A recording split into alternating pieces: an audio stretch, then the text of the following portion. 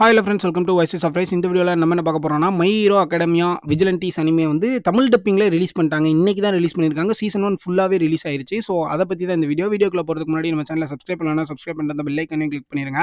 வாங்க இப்போ வீடியோக்குள்ளே போகலாம். ஃபர்ஸ்ட் ஆஃப் ஆல் நான் வந்து எதை பற்றி பேசணும்னு நினச்சேன்னா, தமிழ் டப்பிங் எப்படி இருக்குன்றதை வந்து நான் ஃபஸ்ட்டு பேசிடுறேன். அதுக்கப்புறம் நிறைய விஷயம் இருக்குது பேசுகிறதுக்கு. அதாவது தமிழ் டப்பிங் பொறுத்த வரைக்கும் இப்போ ரீசெண்டாக வந்து ஐக்யூ சீசன் 4 வந்து கிரன்ச்சிரோல் ஒரு தனியாக ரிலீஸ் பண்ணியிருக்காங்க, ஜியோ ஹாட்ஸ்டார் தனியாக ரிலீஸ் பண்ணியிருக்காங்க.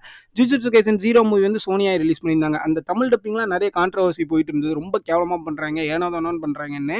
ஸோ நானுமே அந்த மாதிரி தான் இருக்கும் ஜியோ ஹாட்ஸ்டாரில் நம்ம வந்து போய் பார்ப்போன்ட்டு சும்மா செக் பண்ணி பார்த்தாங்க. பட் வந்து குவாலிட்டி ரொம்பவே நல்லா இருக்கு.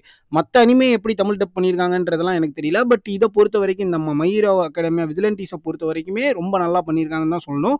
அண்ட் முக்கியமான விஷயம் என்ன அப்படின்னா, நம்ம கார்ட்டூன் நெட்வொர்க்கில் தான் வந்து மை ஹீரோ அகாடமியா ஃபுல்லாக பார்த்துருப்போம். இப்போ வர ஃபைனல் சீசன் வரைக்கும் நம்ம கார்ட்டூன் நெட்வொர்க்கில் டப்பிங் தான் பார்த்துட்டு இருக்கோம். இப்போ என்னன்னா, நம்ம ஜியோ ஹாட்ஸ்டார் பண்ணும்போது நான் என்ன நினச்சேன்னா, நிறைய வாய்ஸ் சேஞ்ச் பண்ணியிருப்பாங்க, ரொம்ப கேவலமாக இருக்கும், நமக்கு வந்து டக்குன்னு மூஞ்சில் அடித்த மாதிரி இருக்கும் அப்படின்னு சொல்லிட்டு. அது வந்து நார்மல் தான். ஏன்னா இப்போ நம்ம ஃபர்ஸ்ட்ல இருந்தே நம்ம ஒரு வாய்ஸில் பார்த்துட்டு இருந்தோம்னா நம்ம மைண்டில் செட் ஆயிடும். திடீர்னு அந்த கேரக்டருக்கு வேற ஒரு வாய்ஸ் கொடுக்கும்போது நமக்கு கேவலமாக இருக்க மாதிரி தோணும். அது வந்து நேச்சுரல் தான். உதாரணத்துக்கு நம்ம அவெஞ்சர்ஸில் அயன்மேனுக்கு நம்ம விஜய் சேதுபதி டக்குன்னு வாய்ஸ் கொடுத்தனால கேவலமாக இருக்க மாதிரி இருக்கும்ல, அந்த கான்செப்ட் தான்.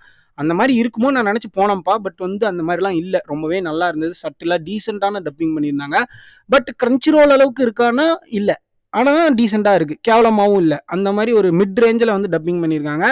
என்ன ஒரு வாய்ஸ் மட்டும் எனக்கு வந்து அக்செப்ட் பண்ணிக்க முடியலன்னா, நம்ம ஆல்மைட் அவரோட வாய்ஸ் வந்து கார்ட்டூன் நெட்வொர்க்கில் வந்து பார்த்தீங்கன்னா ரொம்ப போல்டாக, ரொம்ப ஒரு ஸ்ட்ராங்கஸ்டான கேரக்டர்ன்ற மாதிரி ரொம்ப போல்டான ஒரு வாய்ஸாக இருக்கும். இதுலேயுமே போல்டான வாய்ஸ் தான் இருக்குது. பட் அதை கம்பேர் பண்ணும்போது இது வந்து ரொம்ப கம்மியாக இருக்கிற மாதிரி இருக்குது. மேபி அது 5 வருஷத்துக்கு முன்னாடி இருக்குது, அவரோட வயசு கொஞ்சம் கம்மியாக இருக்குன்ற மாதிரி கூட அவங்க செட் பண்ணிடலாம், எனக்கு தெரியல.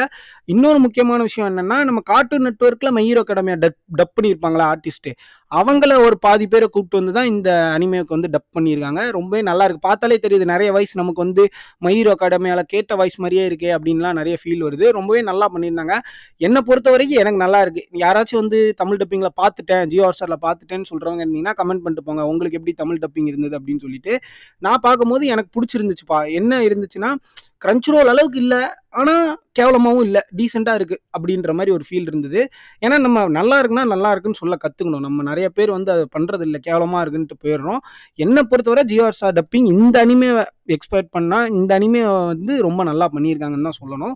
அண்ட் நிறைய பேருக்கு வந்து மை ஹீரோ அகாடமியா விஜிலன்டீஸ்னா என்னன்னே தெரியல. அது ஒரு சின்ன இன்ட் மாதிரி நான் கொடுத்துட்றேன். அதாவது வந்து my hero academia normal story இருக்குல்ல, இப்போ நம்ம பார்த்துட்டு இருக்கோம்ல டேக்கோ, அந்த அந்த இதுக்கு முன்னாடி, அந்த கதைலாம் ஆரம்பிக்கிறதுக்கு முன்னாடி ஒரு 5 வருஷத்துக்கு முன்னாடி நடக்கிற ஒரு கதை.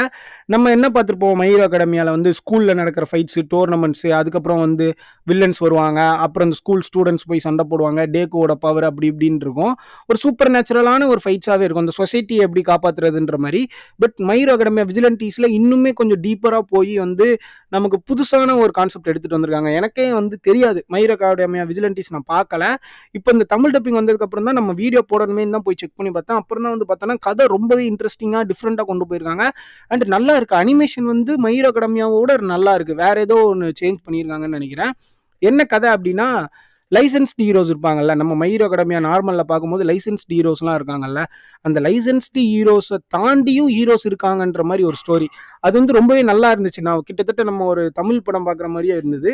என்ன அப்படின்னா, நம்ம மை ஹீரோ அகாடமியாவில் இப்போ நம்ம ஸ்கூலில் பார்க்குற டீச்சர்ஸாக இருக்கட்டும், சூப்பர் ஹீரோஸாக இருக்கட்டும், ஆல்மைட்டி எல்லாருமே வந்து லைசன்ஸ்டு ஹீரோஸ். அதாவது அந்த சூப்பர் ஹீரோ கமிஷனால் தேர்ந்தெடுக்கப்பட்டு, அதாவது இந்த எக்ஸாம் எழுதி அப்புறம் ப்ராக்டிஸ் பண்ணி ட்ரைனிங் பண்ணி ஹீரோவானவங்க. பட் விஜிலன்டீஸ் அப்படின்ற பொறுத்த வரைக்கும் என்ன அப்படின்னா, அந்த ட்ரைனிங் பண்ண முடியாமல் அதிலிருந்து ஃபெயிலியர் ஆனவங்க, அப்புறம் அந்த எக்ஸாம் அட்டன் பண்ண முடியாதவங்க, ஆனால் ஹீரோஸ் தான், வில்லன்ஸ் கிடையாது. இல்லீகல் ஹீரோஸ், லீகல் ஹீரோஸ்ன்ற ஒரு கான்செப்டை வச்சு பண்ணியிருக்காங்க. ரொம்பவே நல்லா இருந்துச்சு. தமிழ் டப்பிங்குமே ரொம்ப நல்லா இருக்குது. அதில் என்னென்னா, நீங்கள் நல்லா நோட் பண்ணிக்கணும், அதில் ஒரு கான்ஃப்ளிக்ட் இருக்குது. இப்போ வந்து லீகல் ஹீரோஸ் வந்து யாராச்சும் ஒரு வில்லன் தப்பு பண்ணுறான், இல்லை அங்கே ஏதோ ஒரு பிரச்சனை நடக்குதுன்னா போய் காப்பாற்றலாம்.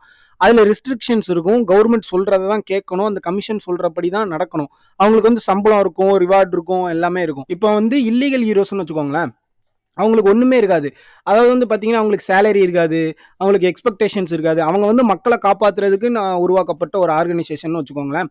அதாவது இப்போ திடீர்னு ஒரு கண்ணு முன்னாடி வந்து ஒரு பொண்ண கடத்துறாங்களோ, இல்ல ஒரு வயசானவர போட்டு அடிக்கிறாங்க. ஒரு வில்லன் அடிக்கிறான் அப்படின்னா, நம்ம லீகல் ஹீரோஸ் வந்து காப்பாத்துனா அவனுக்கு சேலரி உண்டு, இன்கிரிமெண்ட் உண்டு, எல்லாம் பண்ணுவாங்க. மக்கள் அவன ஹீரோவா பார்ப்பாங்க.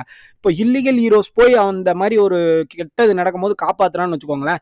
எந்த மாதிரி பார்ப்பாங்க அப்படின்னா, அவன் ஒரு வில்லன்ற மாரி பார்ப்பாங்க. கவர்மெண்ட் வந்து அப்படிதான் போர்ட்ரே பண்ணும். உதாரணத்துக்கு சொல்லணும்னா, நம்ம ஒன் பீஸ்ல வந்து என்னதான் பைரேட்ஸ் வந்து வெளி உலகத்துக்கு கெட்டவங்களா தெரிஞ்சாலும், அவங்களுக்குள்ள ஒரு நல்ல விஷயம் இருக்கு. அவங்க வந்து மக்களுக்காக போராட நினைக்கிறாங்கன்ற ஒரு விஷயம் இருக்குல்ல. அதே ஒரு மாரி ஒரு சின்ன லைன் மாரி தான் இருக்கும்.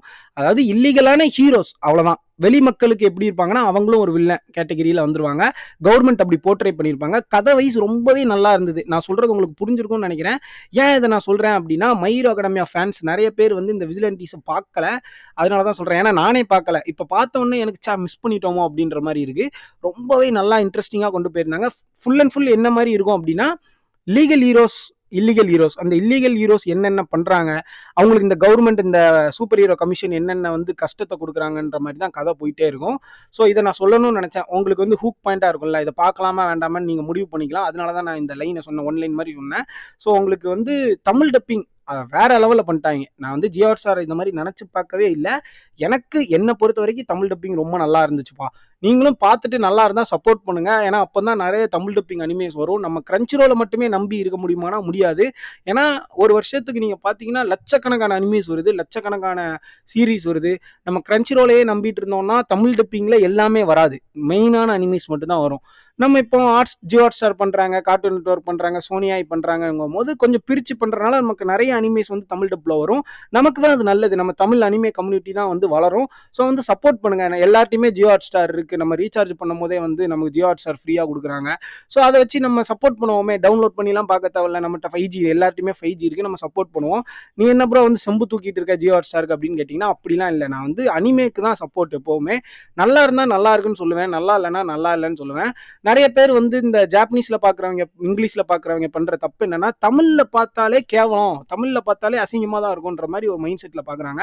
ஸோ அதுதான் வேண்டாங்கிறேன். தமிழ்ல நல்லா இருந்தா நீ சப்போர்ட் பண்ணு. உனக்கு உனக்கு பிடிக்கலையா பர்சனலா நீ போயிரு. எதுக்கு வந்து நீ வந்து உன்னோட கமெண்ட் பண்ற அப்படின்ற மாரி தான் இருக்கும்.